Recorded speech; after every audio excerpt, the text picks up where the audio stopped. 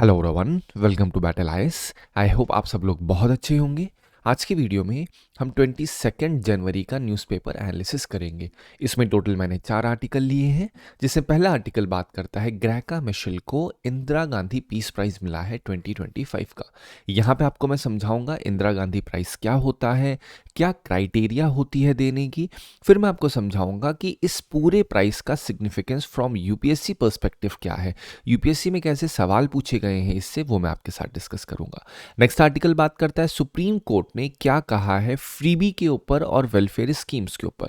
तो मैं आपको दोनों का मतलब समझाऊंगा, सुप्रीम कोर्ट के जजमेंट के बारे में आपको बताऊंगा जो सुप्रीम कोर्ट ने स्टैंड लिया है। नेक्स्ट आर्टिकल बात करता है लैंसेट की रिपोर्ट के ऊपर, इंडिया की जो हेल्थ केयर है उसका क्या सिचुएशन है, उसकी जो करंट सिनेरियो है उसमें कौन कौन सी प्रॉब्लम्स हैं, कैसे इंप्रूवमेंट्स होने चाहिए, वो सारी चीज़ें इस रिपोर्ट में मेंशन की गई हैं। एक प्रॉपर ओवरव्यू प्रोवाइड करूंगा जो कि आप पर्टिकुलरली मेंस में अच्छे से यूज़ कर पाओगे।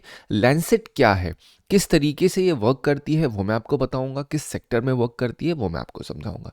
नेक्स्ट आर्टिकल बात करता है, एक एडिटोरियल है जिसमें बात की गई है इंडिया का जो एआई इंफ्रास्ट्रक्चर है उसमें किस तरीके से हम लोग अपग्रेडेशन कर सकते हैं। बेसिकली यहाँ पे एक सजेशन बेस्ड पूरा आर्टिकल है, इसीलिए इसको कहा गया है इंडिया का एआई इंफ्रास्ट्रक्चर के लिए क्या वाइट पेपर होना चाहिए, किस तरीके से हमें अपना एआई इंफ्रास्ट्रक्चर बनाना होगा जिससे हम अपनी डेटा सॉवरिटी, डेटा का डेमोक्रेटाइजेशन कर सकें, और ये सारी चीज़ें हम डिस्कस करेंगे इस एडिटोरियल में। इस पूरे आर्टिकल की समरी आप बैटल आइस के टेलीग्राम चैनल से डाउनलोड कर सकते हैं। चलिए स्टार्ट करते हैं अपना पहला आर्टिकल। अगर आप बात करेंगे, बहुत छोटा सा आर्टिकल है, लेकिन आप लोग अक्सर क्या होता है, आपने आर्टिकल पढ़ा और आर्टिकल पढ़ने के बाद अक्सर ये छोटी सी चीज़ आप देखते हो कि चलो इंदिरा गांधी पीस प्राइज़ है, किसको मिला है, मोजाम्बिकन राइट एक्टिविस्ट को, दैट्स ऑल। लेकिन आप इसकी डिटेलिंग करना थोड़ा सा मिस कर देते हो। तो अभी मैं आपको एक प्रॉपर डिटेल बताता हूँ। पहली चीज़ क्या है, ग्रेका मिशेल कहाँ की है, मोजाम्बिक की, ठीक है। अब यहाँ पे मोजाम्बिकन राइट एक्टिविस्ट और ह्यूमैनिटेरियन एक्टिविस्ट कहा जा रहा है इनको, मतलब इन्होंने जो भी काम किया होगा वो ह्यूमैनिटी से कनेक्टेड होगा। तो इनको 25 ईयर जो है उसका जो Indira Gandhi prize for peace, disarmament and development होता है इसका पूरा नाम, उसके लिए सेलेक्ट किया गया है। अब ये जो सिलेक्शन होता है ये किया गया है इंदिरा गांधी मेमोरियल ट्रस्ट के द्वारा, और जो इंटरनेशनल ज्यूरी है वो चेयर की जा रही थी जो फॉर्मर एनएसए हैं शिव शंकर मेनन के द्वारा। अब यहाँ पे इनको जो अवार्ड मिला है वो पर्टिकुलरली मिला है क्योंकि उन्होंने पाथ ब्रेकिंग वर्क किया है in the field of education, health and nutrition, economic empowerment और ह्यूमैनिटेरियन एक्शंस। और अब ये जो इनका वर्क किया गया था बहुत ही डिफिकल्ट सिचुएशन में, चैलेंजिंग सर्कमस्टेंसेस में इन्होंने किया, और इनको अफ्रीका का एक डिस्टिंग्विश्ड स्टेट्स वुमेन की तरीके से देखा जा रहा है, ह्यूमन राइट्स एडवोकेट के फॉर्म में देखा जा रहा है। तो इनका जो सेल्फ डिटर्मिनेशन था, इन्होंने जो वल्नरेबल कम्युनिटीज थी उनके प्रोटेक्शन करने के लिए जो काम किया, उसकी वजह से इनको इंदिरा गांधी पीस प्राइज मिला है या 2025 का। अब इतने में आपको एक अंडरस्टैंडिंग हो चुकी है कि ये जो प्राइज मिल रहा है किस रिगार्ड में मिल रहा है। जिसको ही मिल रहा होगा उन्होंने कुछ ना कुछ तो with regard to peace, disarmament और डेवलपमेंट किया होगा। तो कह रहे हैं the award carries what, 1 crore का कैश प्राइज, सिटेशन और आपका ट्रॉफी। अब ये तो एक अंडरस्टैंडिंग हो गई, लेकिन अब आपको एग्जैक्टली क्या पता होना चाहिए, मैंने यहाँ पे मेंशन कर दिया Indira Gandhi prize for peace, disarmament and development क्या है ये। तो प्रेस्टिजियस इंटरनेशनल अवार्ड है, ये जरूर ध्यान रखना 1986 में इंस्टीट्यूट किया गया था। किसकी मेमोरी में, ऑब्वियसली इंदिरा गांधी की मेमोरी में। ये जो वर्ड है ये यूपीएससी ने नहीं पूछा बल्कि बाकी एग्जाम्स में कभी कभी पूछ लेते हैं कि कब इसको इंस्टीट्यूट किया गया था, तो ध्यान रखना 1986 में किया गया था। मैंने आपको पहले ही बताया कौन से एरियाज में रिकॉग्निशन होता है, पीस में, डिसआर्मामेंट में, या कोई भी इंडिविजुअल या कोई इंस्टीट्यूशन। ध्यान रखिएगा, ऐसा नहीं है कि केवल इंडिविजुअल को मिलता है। यूपीएससी अक्सर क्या लिख देगा कि ये जो इंदिरा गांधी पीस प्राइज है ये केवल इंडिविजुअल्स के लिए और ओनली लिख देगा, तो वो एक ट्रैप होगा। आपको ध्यान रखना इंडिविजुअल्स और इंस्टीट्यूशंस दोनों को मिल सकता है। डिसआर्मामेंट डेवलपमेंट के एरिया में कोई इंस्टीट्यूशन या इंडिविजुअल काम करेगा, कोऑपरेशन के एरिया में काम करेगा, तो उसे ये प्राइज जनरली मिलता है। आपको मैंने पहले बता दिया आउटस्टैंडिंग वर्क किस किस फील्ड में। अब यहाँ पे एक जरूरी चीज क्या है कि यहाँ नेशनैलिटी कोई बार नहीं होता, क्योंकि आपने जब देखा कि मोजाम्बिकन है तो ऑब्वियस सी बात है इंडियन नहीं है। तो यहाँ पे ऐसा नहीं है केवल इंडियन सिटीजन को ही मिलेगा, किसी को भी मिल सकता है।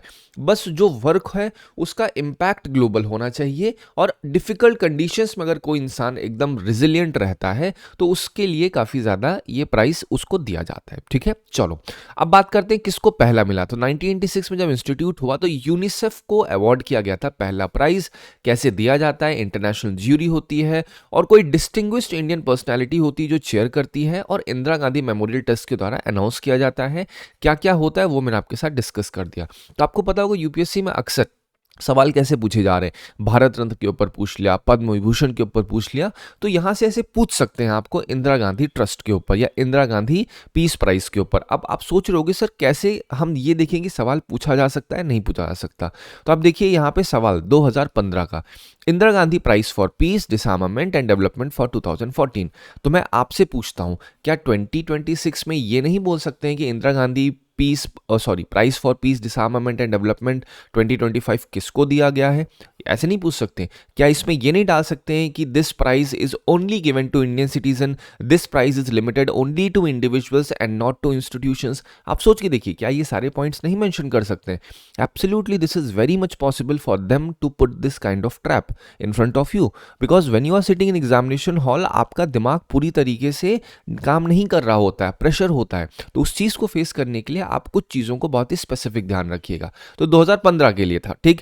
फिर देखिए उसी में सीडीएस में सवाल क्या पूछा है, consider following statement about Indira Gandhi. अब देखो एग्जैक्टली यूपीएससी वही चीज़ डाली नहीं डाली है, the award is accorded annually to individuals only. चलो एनुअली तो ठीक है, बट इंडिविजुअल्स लिख दिया है। तो जो ट्रैप, ये ऐसा नहीं कि मैंने कुछ अलग आपको बता दिया है, जो भी मैंने बताया है वो एक बहुत ही ऑब्वियस है। अगर मैं एग्जामिनर हूं so I would also put the same thing, क्योंकि अगर एक कॉन्सेप्ट एक्स है उससे मुझे सवाल उठाना है तो मैं एक एरिया देखूंगा ना उस सवाल की कहाँ तक प्रॉक्सिमिटी जा सकती है, तो मैं वो सारी चीज़ें करूंगा। और अक्सर क्या होता है, एलिमिनेशन बच्चे रट्टा मारते हैं, सोचते हैं कहीं पे एनी आ रहा है, ओनली आ रहा है, कैन आ रहा है तो उसको सही कर दो, गलत कर दो। तो ये सारी चीज़ें बहुत टेम्पररी होती हैं और यूपीएससी इसके ऊपर खेलना स्टार्ट कर चुका है और ये चीज़ें कई बार डिस्कस भी हो चुकी हैं, ठीक है। एनीवेज, तो यहाँ पे आप क्या देखोगे, एंजेला मार्कल के ऊपर 2014 में सवाल पूछा गया, तो यहाँ पे जो सेकंड स्टेटमेंट है गलत हो जाएगा, फर्स्ट स्टेटमेंट उस समय के लिए सही था ये, ठीक है। चलो अब हम लोग बात करते हैं नेक्स्ट आर्टिकल पे। तो आपको एक अंडरस्टैंडिंग हो रही होगी जो भी आर्टिकल मैं समझा रहा हूँ, मैं स्ट्रेट अभी उसमें बता रहा हूँ क्या सवाल पूछ सकते हैं प्रीलिम्स के लिए या फिर मेंस के लिए। मेंस के लिए इंदिरा गांधी पीस प्राइज पे ज़्यादा सवाल नहीं बन सकते हैं, ठीक है। मैं आपको जो है आप सिर्फ यूज़ कर सकते हो, इंदिरा गांधी पीस प्राइज में जो कॉन्टेक्स्ट है उसको यूज़ कर सकते हो टू जस्टिफाई योर पॉइंट। आप चाहे उसको एथिक्स में यूज़ करो या फिर एसए में यूज़ करो, इट डिपेंड्स ऑन यू, ये डिपेंड्स ऑन दी आर्ट, किस तरीके से आपने अपनी आंसर राइटिंग की आर्ट को डेवलप किया हुआ है। चलो अब बात करते हैं यहाँ पे। तो सुप्रीम कोर्ट के पास एक केस आया था जहाँ पे जनरली हो रहा था कि भैया जब आपका इलेक्शन होने वाला होता है तो ये जो पॉलिटिकल पार्टीज होती हैं ये बहुत ज़्यादा फ्रीबीज देती हैं, मतलब कहती हैं कि ऐसे अगर हम जीत जाते हैं तो आपको हम ये दे देंगे, वो दे देंगे, मतलब ये सारी चीज़ें होती हैं। तो अगर इसको देखा जाए तो इसमें जो आरपी एक्ट 1951 है, अगर आप ध्यान दोगे जीएस पेपर 2 में पर्टिकुलरली आरपी एक्ट के ऊपर लिखा है, तो उसका सेक्शन 123 करप्ट प्रैक्टिसेस के अंदर में ये एक इशू इन्वॉल्व हो रखा था कि भैया क्या ये जो फ्रीबी दे रहे हैं क्या करप्ट प्रैक्टिसेस में आएगा।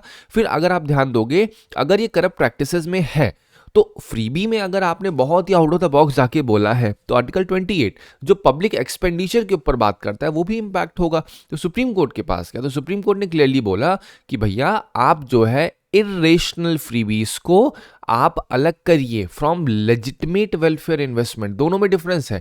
इर्रेशनल फ्रीबी क्या है कि अगर मैं जीत जाता हूं तो हर एक घर में एक टीवी पहुंचा दूंगा और सब में एंटीना लग जाएगा, मतलब कनेक्शन आ जाएगा, ये क्या, ये इर्रेशनल फ्रीबी है।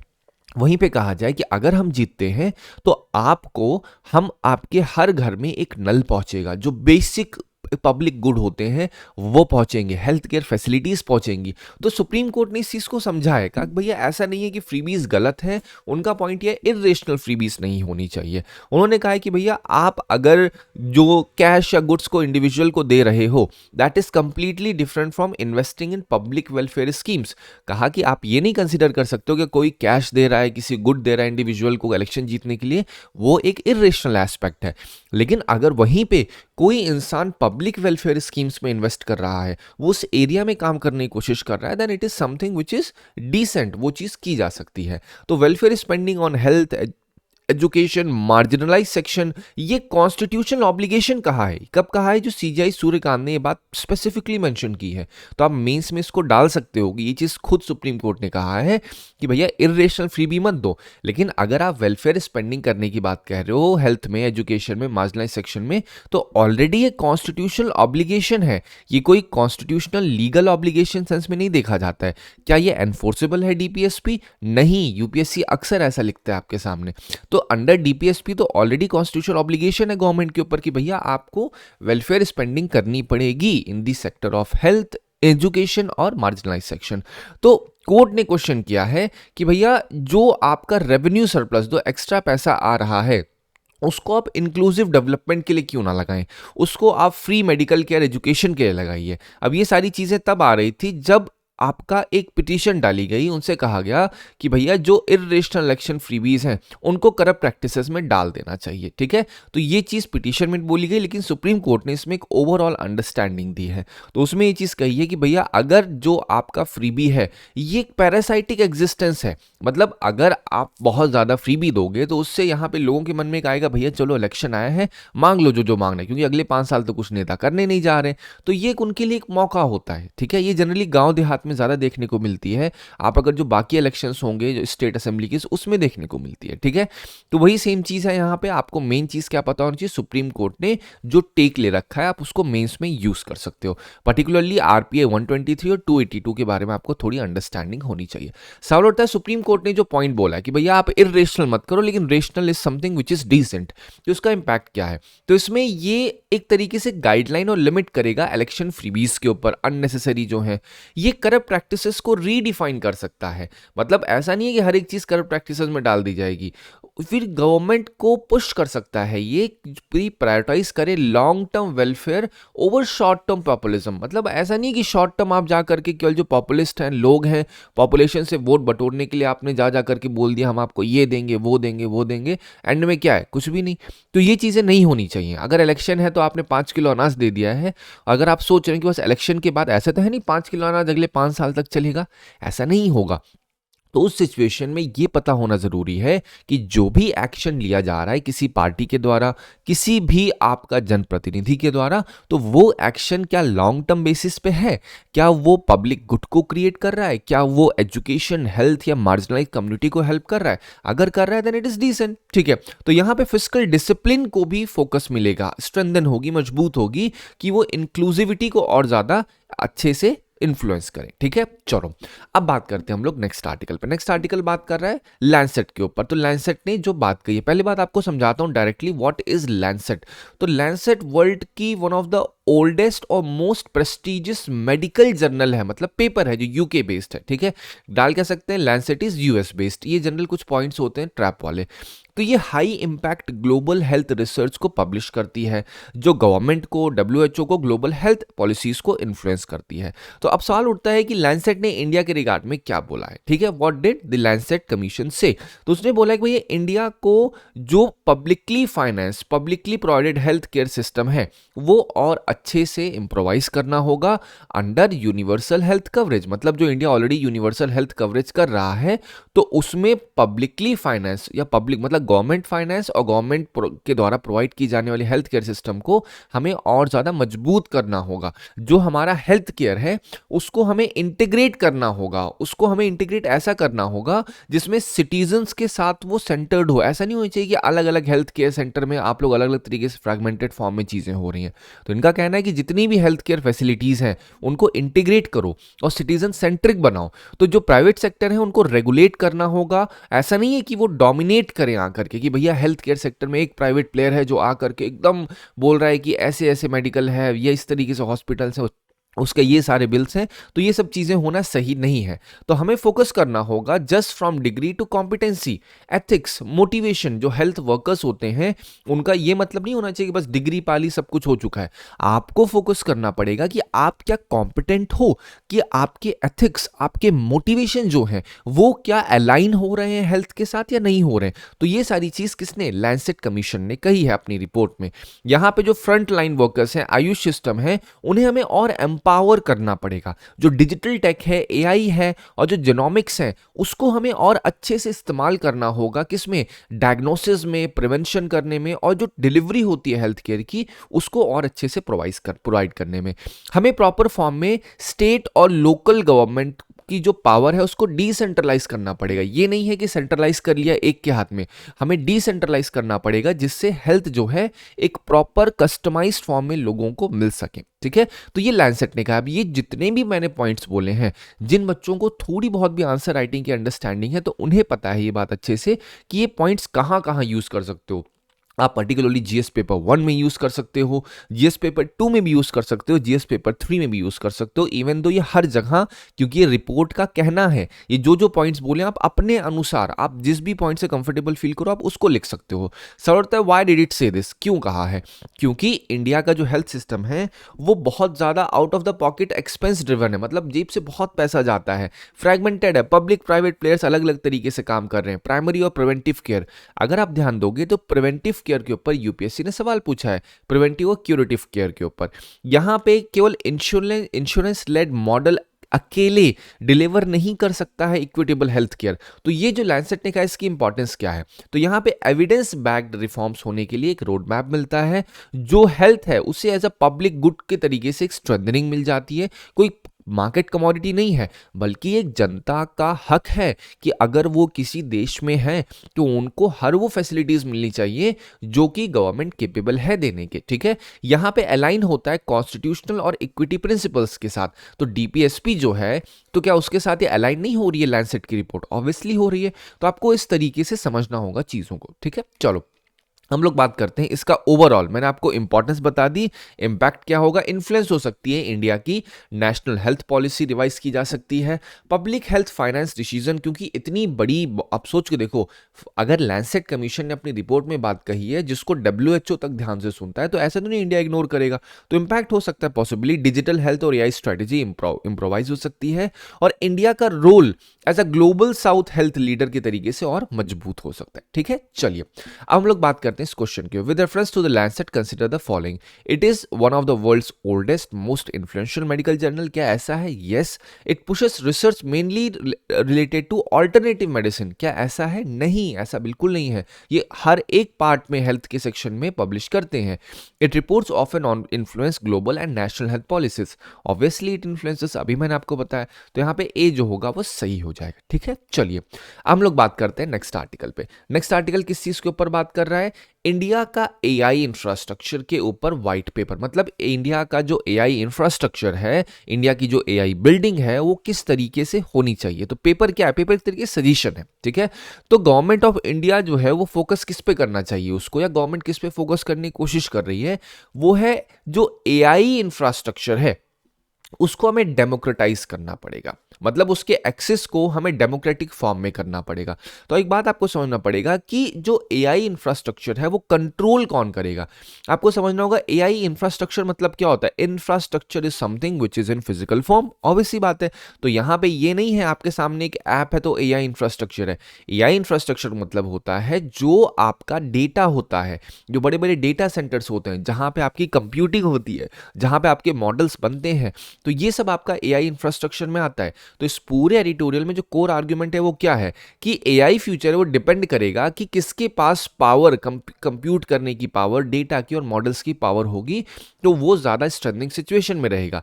एआई इंफ्रास्ट्रक्चर जो रहेगा वो फाउंडेशन बनने जा रहा है, फाउंडेशनल रहेगा। किसके लिए? इकोनॉमिक और स्ट्रेटेजिक एसेट के लिए। फिर यहां पे इश्यू है regarding competitiveness, inclusion and sovereignty. ये केवल टेक्नोलॉजी से नहीं होगा, यहां पे हमें इंप्रोवाइज करना पड़ेगा। हर एक सेक्टर को, हर एक एरिया में हमें जितने भी पॉइंट्स हैं उन इश्यूज को टैकल करना पड़ेगा। तो ये पूरे कोर आर्गुमेंट्स है। अब मैं आपको टू द पॉइंट बताता हूं उन सब चीजों को एक फ्रेमवर्क के फॉर्म में जो आप यूज कर सकते हैं। पहली चीज है what is this all about. तो ये पहला चीज जो इस पूरे एडिटोरियल मेंशन की गई है कि भैया ये बताइए कि कौन कंट्रोल करेगा एआई के इंफ्रास्ट्रक्चर को इंडिया में।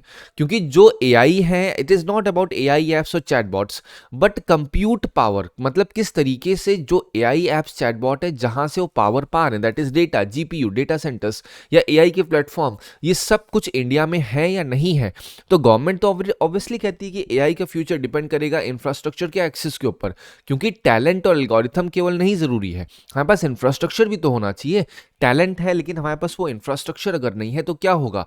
टैलेंट यहाँ पे है, इंफ्रास्ट्रक्चर कहीं बाहर लोकेटेड है, तो वो इम्पैक्ट करेगा। क्योंकि मैटर इसका इतना ज़्यादा क्यों है? बिकॉज एआई का इंफ्रास्ट्रक्चर अब एक न्यू फॉर्म ऑफ पावर बनने जा रहा है। इलेक्ट्रिसिटी अभी तक क्या था, जैसे अगर आप ध्यान दोगे तो पहले आपका रेलवे था, इलेक्ट्रिसिटी फॉर्म में था, लेकिन अब ये अलग फॉर्म की पावर बनने जा रही है।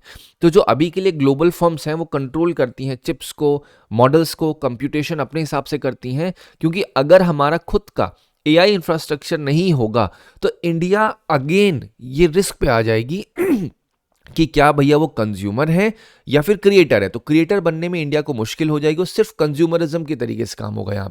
यहाँ पे जो बड़ी बड़ी टेक कंपनीज हैं वो आएंगी और आ करके सिंपल यहाँ पे कंज्यूमर्स को अपने जो भी प्रोडक्ट्स होंगे सेल करेंगी। तो इंडिया को क्रिएटर बनने की बात की जा रही है। तो सवाल उठता है कि इंपॉर्टेंट क्यों है इंडिया के लिए स्पेसिफिकली? क्योंकि इंडिया ह्यूज डेटा बनाता है लेकिन उसके पास खुद का डोमेस्टिक डेटा सेंटर्स नहीं है प्रॉपर तरीके से जिससे कंप्यूटेशन किया जा सके। तो ये क्या है? इंपॉर्टेंट है, ऑब्वियस सी बात है।